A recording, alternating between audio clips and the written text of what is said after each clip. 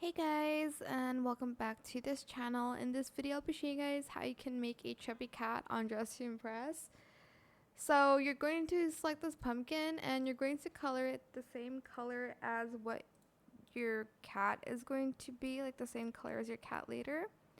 Go into one of the changing rooms and go to the codes, and you're going to select the cat and you're going to color the cat the same as your pumpkin. Then select hold out, and now you have a chubby looking cat. I think it's so adorable. But yeah, that is it. I hope this tutorial was helpful for you guys. Don't forget to like, comment, share. Also subscribe to this channel if you haven't done that already. If you have any more questions about this video, just leave it in the comment section down below. I will try my best to answer them all for you guys. And if you found this video helpful, please click the thanks button as well.